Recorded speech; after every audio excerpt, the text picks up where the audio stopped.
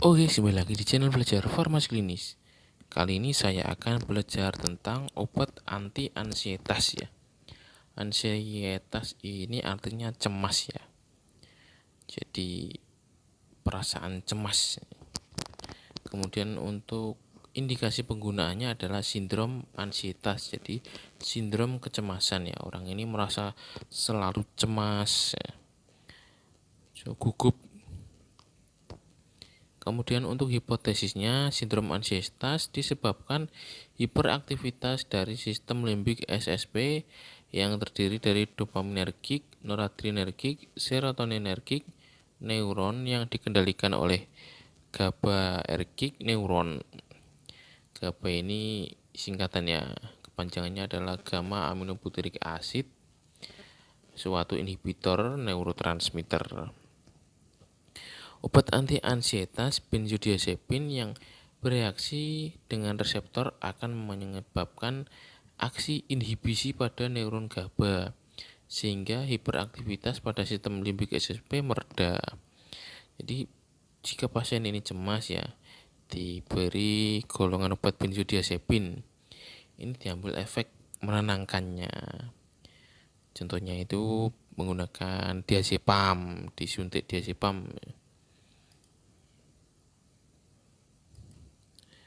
Kemudian untuk penggolongan obat anti ansietas ya, benzodiazepin ini ya, ini contohnya yang saya sebutkan tadi, diazepam, klordiazepoksid, lorazepam, clobazam, bromazepam, alprazolam. Ini golongan obat-obat psikotropika ya.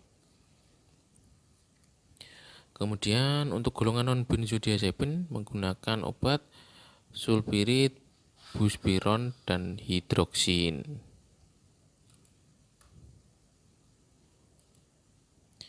Ya, ini obat ansietas dan dosis anjurannya. Untuk diazepam sendiri, dosis anjurannya oral itu 2-3 kali ya. 2-5 mg per hari. Kemudian ada juga diazepam yang injeksi. Ini injeksi kan untuk mencapai onset yang lebih cepat ya daripada oral. Itu 5-10 mg secara intravena bisa, intramuskular bisa. Kemudian klordiazepoksid ini sama dosisnya ya, sediaannya tablet, dosisnya sama dengan diazepam. Kemudian lorazepam ini 2-3 kali 1 mg per hari. Kemudian clobazam ini 2-3 kali 10 mg per hari. Dan golongan alprazolam ini 3 kali 0,25 sampai 0,5 mg per hari. Ini golongan obat-obat psikotropik semua ya. Kemudian golongan non benzodiazepin ini contoh obatnya adalah sulpirit. Dosis anjurannya 2-3 kali 50-100 mg per hari. Kemudian buspirone itu 2-3 kali 10 mg per hari.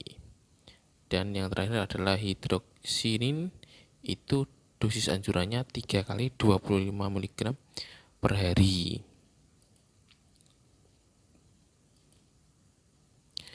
Selanjutnya untuk pemilihan obat, golongan benzodiazepin merupakan drug of choice, jadi obat pilihan dari semua obat yang mempunyai efek anti ansietas disebabkan spesifitas, potensi, dan keamanannya.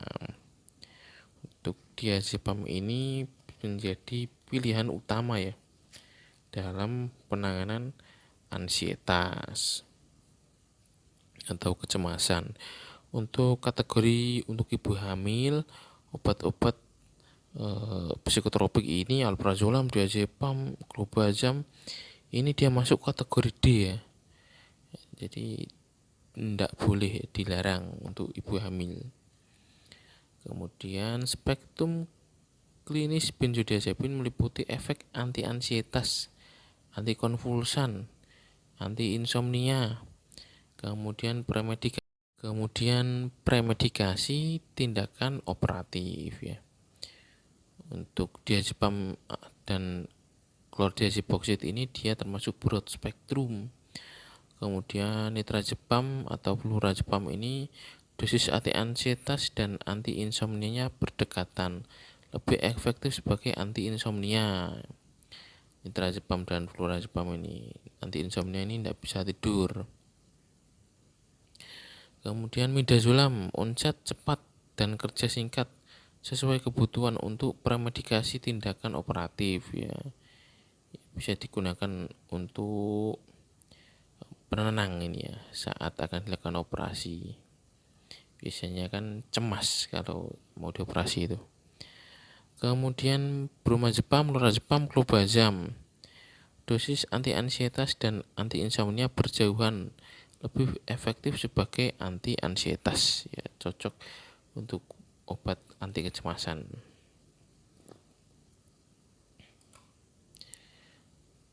Kemudian untuk profil umum penggunaan benzodiazepin ini ya, golongan benzodiazepin ini.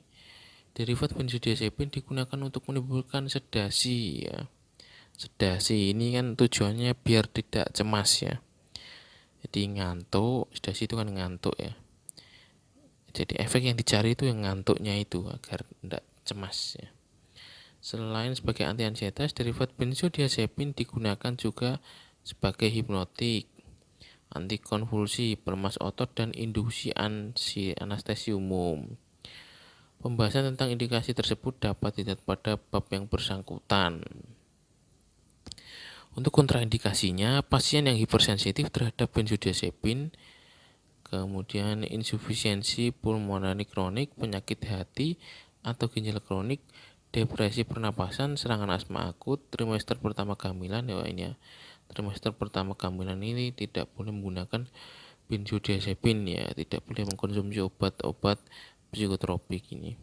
Tidak boleh digunakan sendirian pada depresi atau ansietas dengan depresi ya.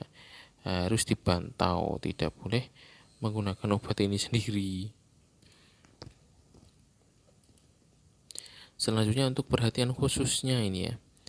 Pada penderita usia lanjut dan anak dapat terjadi reaksi yang berlawanan berupa kegelisahan. Ya, biasanya minum ini malah itu tambah cemas, itu juga bisa ya. Kemudian dapat mengganggu kemampuan mengemudi. Ini karena efek sedasinya. Kemudian hati-hati pada ibu menyusui, lansia, penyakit hati, ginjal. Kemudian kelainan kepribadian yang nyata, kurang dosis pada lansia, dan porfiria. Kemudian kita ke efek sampingnya. Efek sampingnya itu yang mengantuk ya. Ini efek samping utama ya, mengantuk ini. Kemudian kelemahan otot, kemudian ataksia. Kadang-kadang terjadi nyeri kepala, vertigo, hipotensi. Kemudian intravena terjadi nyeri ya. Kemudian beberapa spesifikasi obat anti-ansietas. Clobazam untuk pasien dewasa usia lanjut. Lorazepam waktu paru pendek dan dapat digunakan untuk pasien dengan kelainan fungsi hati dan ginjal. Alprazolam efektif untuk ansietas, antipsikotik, onset kerja lebih cepat dan mempunyai komponen efek antidepresi. Jadi alprazolam ini bisa digunakan sebagai antidepresi dan anti-ansietas.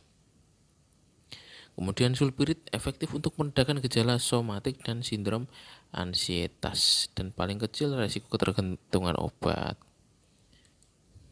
Iya, selesai.